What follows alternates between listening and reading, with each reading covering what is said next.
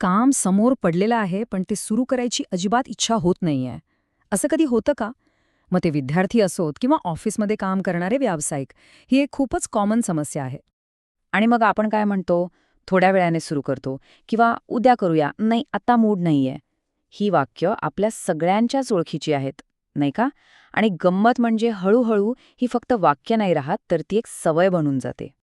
पण एक प्रश्न आहे, तो थोड्या वेळाने येणारा क्षण नेमकं कधीच का येत नाही?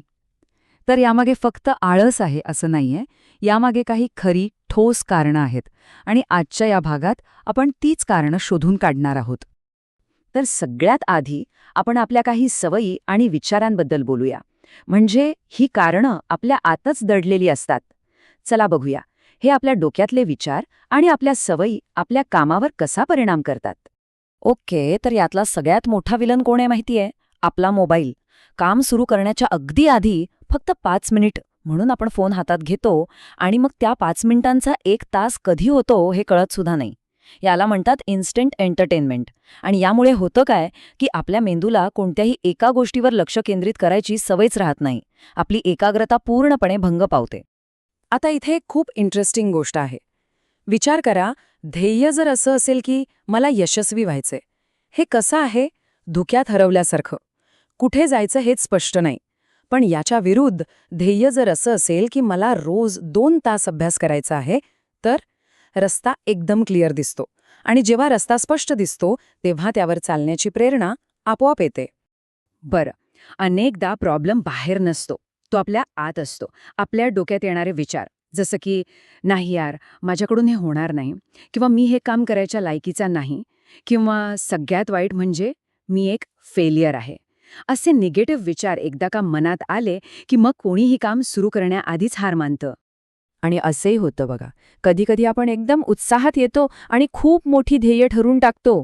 म्हणजे आज पहिल्याच दिवशी मी 10 तास काम करणार. पण खरं सांगा, हे शक्य आहे का? नाही. आणि मग जेव्हा ते पूर्ण होत नाही, तेव्हा काय होतं? निराशा येते आणि जी काही थोडीफार प्रेरणा असते ना, ती सुद्धा निघून जाते.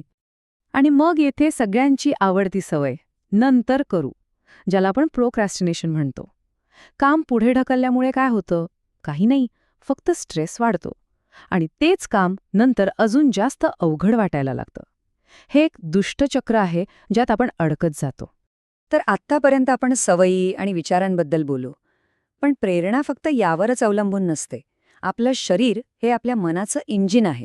आणि जर इंजिनच नीट नसेल, तर गाडी कशी चालणार?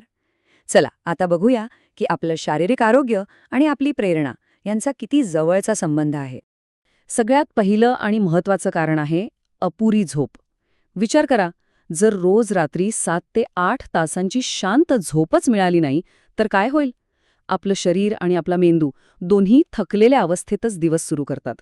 मग अशा वेळी सकाळी उठल्यावर काम करण्याची एनर्जी किंवा इच्छा कुठून येणार, नाही का? आणि शरीराचा हाच थकवा हळूहळू मानसिक थकव्यात बदलतो. म्हणजे अनेकदा आपल्याला वाटतं की आपण आळशी झालो आहोत.